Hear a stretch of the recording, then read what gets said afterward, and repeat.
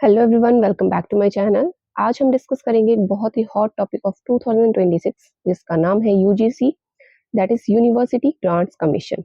इसके बारे में बहुत सारी चर्चा हो रही है करंटली, तो मैं आपको बता देती हूँ कुछ एक इम्पॉर्टेंट पॉइंट्स क्या इंक्लूड किया गया है यूजीसी 2026 के बिल के अंदर, ये चीजें। तो सबसे पहले यूजीसी के बारे में थोड़ा सा जान लेते हैं कि ये क्या है।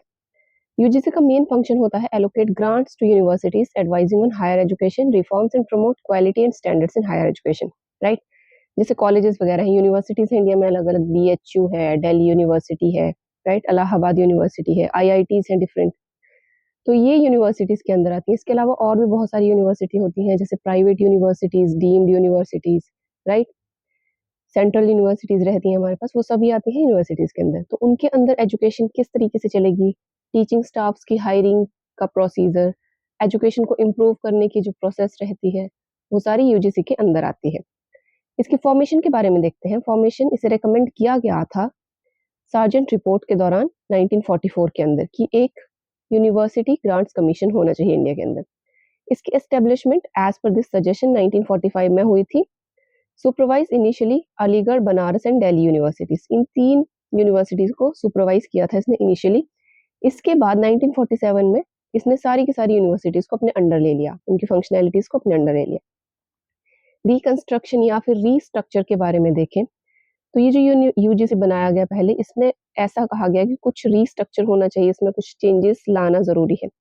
1948 में led by doctor S Radhakrishnan, right, university education commission था, उसको लेड कर रहे थे डॉक्टर एस राधाकृष्णन। उन्होंने ये कहा कि इसे रीस्ट्रक्चर करना जरूरी है on the basis of which UK model. Next point is 1956 में इसे स्टैट्यूटरी बॉडी जो है वो बना दिया गया।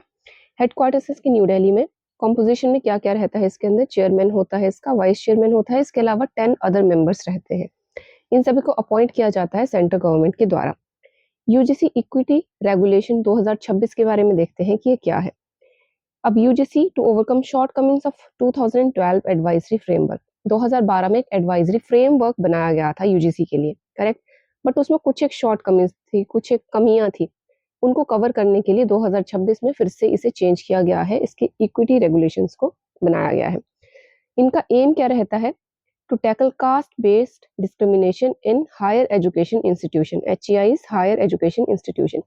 अब जो यूनिवर्सिटीज हैं, हायर एजुकेशन इंस्टीट्यूशंस हैं, उनमें किसी भी स्टूडेंट के साथ on the basis of their caste discrimination ना की जाए, इसको इंश्योर करने के लिए 2026 के रेगुलेशंस को बनाया गया। Clarity on complaint registration timelines and redressal procedure. इसके अलावा अगर किसी के साथ जैसे भेदभाव होता है तो उसकी कंप्लेंट की रजिस्ट्रेशन, उसकी टाइमलाइंस क्या रहेंगी, उनको सेट किया गया था 2026 के अंदर। इसके अलावा रिड्रेसल प्रोसीजर क्या रहेगा, कितनी स्पीड रहेगी उसकी, उन सभी को कवर किया गया है। नेक्स्ट इज यूजीसी ने डेटा सबमिट किया था, एक रिपोर्ट सबमिट की थी parliamentary committee and supreme court के पास। उसमें क्या बताया गया कि 118.4% इंक्रीज हुआ है कास्ट बेस्ड डिस्क्रिमिनेशन में इन पास्ट 5 इयर्स। अब 2019 से 20 तक कितने केसेस थे कास्ट डिस्क्रिमिनेशन से इन यूनिवर्सिटीज, 173, बट 2023 से 24 तक ये इंक्रीज हो गए 378 तक। इसे हाईलाइट किया गया था 2019 की आईआईटी दिल्ली की स्टडी के अंदर, जहां पे ओबीसी कैटेगरी के जो स्टूडेंट्स थे उन्होंने ये इंडिकेट किया, ये रेज किया इशू कि उन्हें डिस्क्रिमिनेशन फेस करनी पड़ती है on the basis of their caste in IIT Delhi campus. इसलिए इस पर्टिकुलर रेगुलेशन यूजीसी के बनाए गए। अब यूजीसी 2023 के 26 के की प्रोविजंस के बारे में हम देखते हैं कि क्या क्या चीजें इंक्लूड की गई।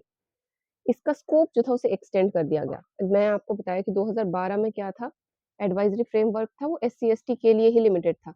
बट अब इसमें अदर कैटेगरीज जैसे OBC, EWS, that is economically weaker section, उन्हें भी इंक्लूड किया गया along with SC and ST।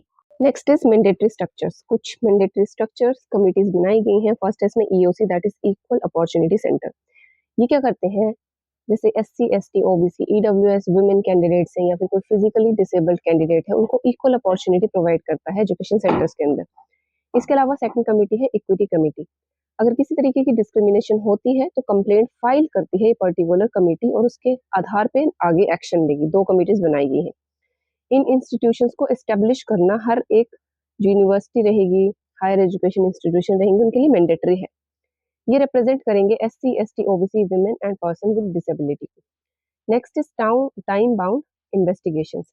अब पहले क्या था कि किसी ने कंप्लेंट फाइल की तो कोई भी टाइम ड्यूरेशन नहीं थी कि कितने टाइम में एक्शन लिया जाएगा, कितने टाइम के अंदर रिजॉल्व किया जाएगा इशू को। बट अभी जो है टाइमलाइंस दे दी गई हैं, वो क्या है कि किसी ने भी कंप्लेंट अगर फाइल की इन पर्टिकुलर कैटेगरीज के स्टूडेंट ने कि उनके साथ डिस्क्रिमिनेशन हो रही है, तो इंस्टीट्यूशन को एक्शन लेना with in 24 hours of complaint file compulsion है, मैंडेटरी है। इसके अलावा जो इन्वेस्टिगेशन है कंप्लीट होने तक या फिर एक्शन लेने तक कितना टाइम है कंप्लीट करने का, 15 वर्किंग डेज। फोर्थ है हमारे पास रिमूवल ऑफ सेफ गार्ड्स। पहले क्या था कि फॉल्स एंड फ्रिवलेस कंप्लेंट्स के लिए कुछ प्रोविजन थे, इन्हें रिमूव कर दिया गया है। Remove provisions against filing false and frivolous complaints. First point is institutional accountability. किसी भी तरीके की डिस्क्रिमिनेशन होती है और उसके ऊपर अगर कोई एक्शन नहीं लिया गया तो उस पर्टिकुलर इंस्टीट्यूशन को पेनल्टी एंड फाइन भरना पड़ेगा उसके लिए।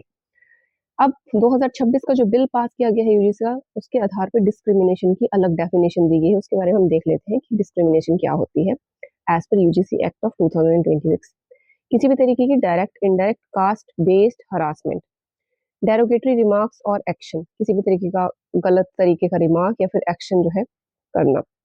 Third is denial of access to academic resources. Academic resources को किसी भी तरीके से डिनाई नहीं किया जाएगा तो access for those particular categories.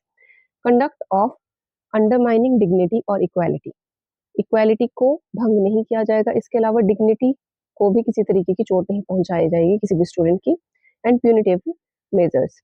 अब एक बहुत इंपॉर्टेंट क्वेश्चन जो अराइज हो रहा है कि यूजीसी नेट 2026 की एग्जाम जो है वो होगा या नहीं, क्योंकि नया बिल पास कर दिया गया है, नया एक्ट जो है उसे पास कर दिया गया है फॉर यूजीसी।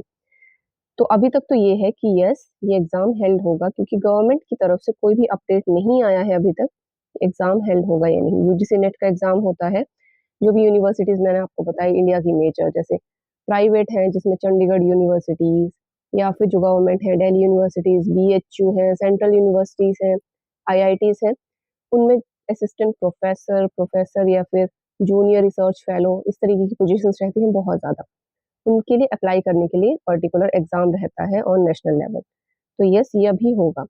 अब इसका आउटकम क्या है 2000 net sorry UGC act of 2026, इसको बहुत सारे टीचर्स ने अपोज किया है, क्योंकि उन्हें लग रहा है कि अगर ये सारी कंडीशंस जो है कैंपस में अप्लाई हो जाएंगी तो जो एक तरीके की फ्रीडम रहती है कैंपस में वो नहीं रहेगी। ठीक है, बट कुछ एक जो कैटेगरीज है जिन्हें बेनिफिट मिल रहा है इससे, they are okay with this. तो आप मुझे बताइए कि आपको ये चेंजेस सही लग रहे हैं या नहीं।